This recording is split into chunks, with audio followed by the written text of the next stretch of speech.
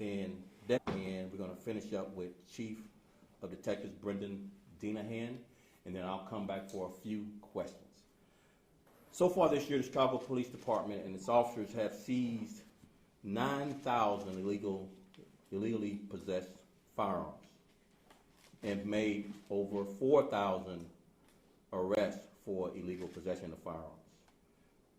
Those numbers are on record pace for historical high number of guns seized. In addition, Chicago police officers have conducted and closed out 25 criminal drug conspiracy cases that has led to over 1,900 arrests, 156 weapons seized. And these investigations focused on primarily 4 gangs in the city of Chicago: the Gangster Disciples, the Conservative Vice Lords, the Traveling Vice Lords, and the 4 Corner Hustlers. There are 12 pending ongoing investigations of criminal conspiracies in the city. There have also been 990 carjacking arrests. Of those arrests, 235 were for vehicular hijacking, 273 were possession of motor stolen vehicle, and 482 were for criminal trespass to vehicle. In addition, I wanted to highlight homicide clearance rates for the year so far is at 45%. Those clearance rates span across 5 area detective teams, and so between area 1 through 5, the clearance rate range is between 35% and as high as 69%. And finally, before we turn it over to Chief Cato, on the Mexican Independence Day celebrations over the 3 days from the weekend, Thursday, Friday, Saturday weekend, there were 23 arrests. 6 of those arrests were for gun possession. There were 700 citations issued, and there were 36 impounded towed vehicles. And with that, we'll turn it over to Chief Cato.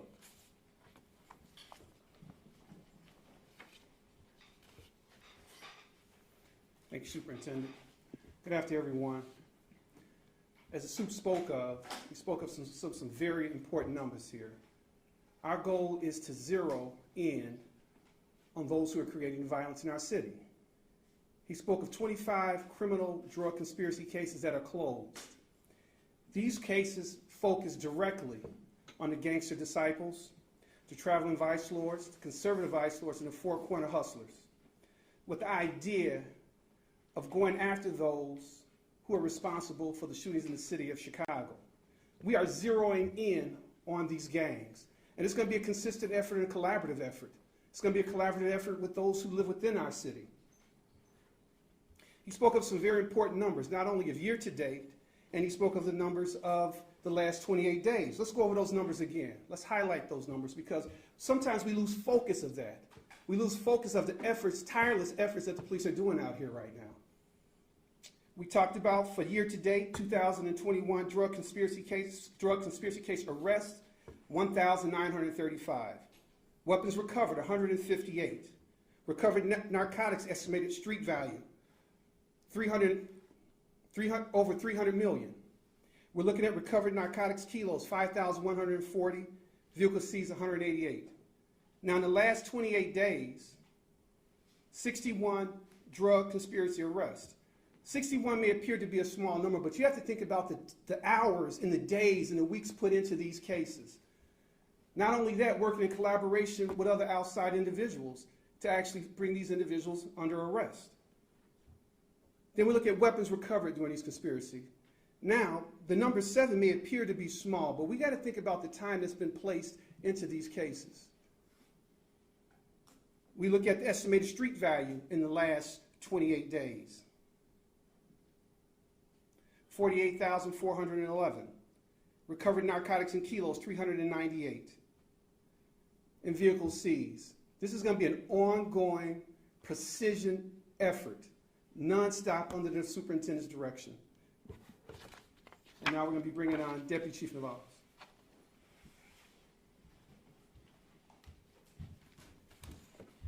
Good afternoon, and as always, thank you, Superintendent, for the opportunity, and thanks for the City of Chicago for giving me this opportunity. This weekend, in a recap, just to show that not only are we attacking crime reduction directly, but we're also supporting and advocating for the folks in the City of Chicago indirectly. We had 147 community engagements this week. 18 of those were this weekend alone. So I'm going to highlight two. And this past Saturday in the 6th District, the Gresham neighborhood, we saw communities come together. On the 9300 block of South Michigan, we were partnered up with Communities Organized to Win, and we held a backyard conversation. In this conversation, community members from their lawn chairs, they shared conversations, they exchanged ideas, they were made of resources, local resources, that could be there to help them when they are in need. In that conversation, we had members of the Southside command staff. So not only was Deputy Chief Larry Snelling there, Commander Sonora Ben, Commander Watson, along with other community resources there to speak to the members of the community. The second, which was a great engagement, and I wanted to ensure that I thanked all the folks, was they held in the 3rd District a jazz night, where we had folks from Jazz Chicago come out and not only provide music for our community members, but also they were fed. There was barbecue for everybody there. With good music and good food, we had the opportunity to talk about some of the crime issues that were occurring in the area, start to build on some problem-solving efforts to address those particular problems. With that being said, problem-solving, I want to invite everybody out there, that we will be beginning our community conversations. Those will be 44 conversations that help our district commander guide in the creations of strategies, not only for crime reduction, but also community concerns. So please reach out to your local CAPS office, your area coordinator, and lastly, check on our website. Sign up, please be there. Your input is important, and we want to ensure that moving forward, we create strategies that are good for the people that are affected by it. Thank you very much. Thank you, sir.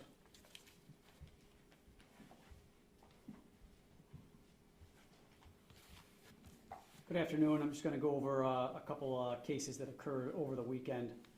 So on the 19th of September, just approximately at 11 a.m. at 6555 South Harvard, the police department was involved in a police-related shooting incident where a man with a knife was fatally struck.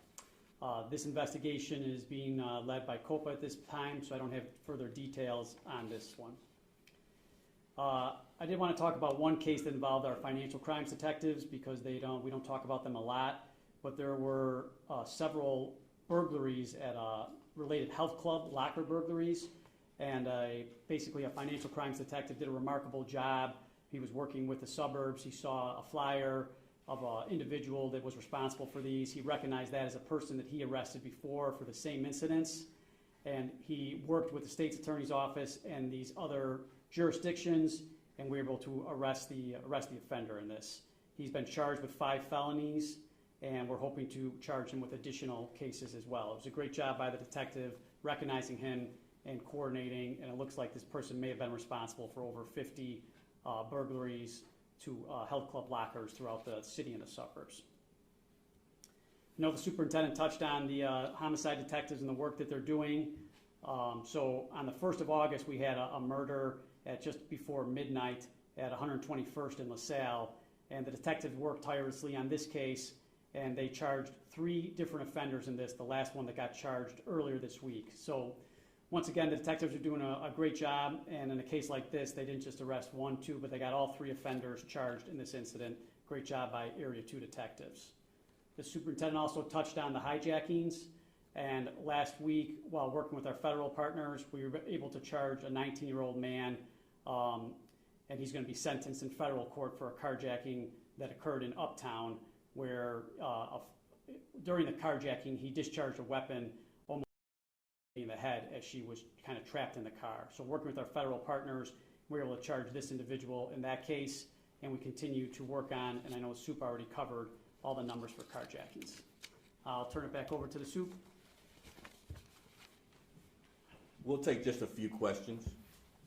For the shooting, I know you said COPA is investigating that. Is there anything you can give us on the timeline of responding to that domestic incident and walking if the shooting happened inside the apartment and exactly what happened? Yeah, it's obviously we're careful in not, investigating the police-involved shooting in the media. Officers have yet to give statements. There's things that have to transpire. There's ballistic tests. There's things to corroborate the statements that need to happen. But we will say this: it was a domestic incident we got called to, and our officers responded to the scene in a timely manner. Both the offender and the victim of the domestic were still on scene, and we really have to stop there. We do know our officer discharged a weapon. We do know the offender is deceased. But all the things that happened in sequence between when the officers got there, what did the victim do, what did the offender do, that's for COPA to investigate. And once they conclude that investigation, then you all will be able to see more details about what happened. But that's the extent that we want to go in, because it is the purview of COPA to investigate these crimes. They complete the investigation, they render findings, and then they forward it to my office. And then at that point, I either agree or disagree with COPA, and then the final decision of the outcome of this investigation will be the police boards. That's the Chicago Police Department's process when we have a police-involved shooting. Yes? There was an arrest this weekend involving Alderman Kaplan. Yes. Now, he wasn't arrested. No. Someone else was Someone arrested. Yeah. This is kind of, it seems like the third time that this happened, so I just wanted to get your thoughts on just what, from a police perspective, what do you think of him responding to constituent concerns in the way that he has in person? I think one of the things that is important to remember here is that Alderman Kaplan has made a statement, number one, about this.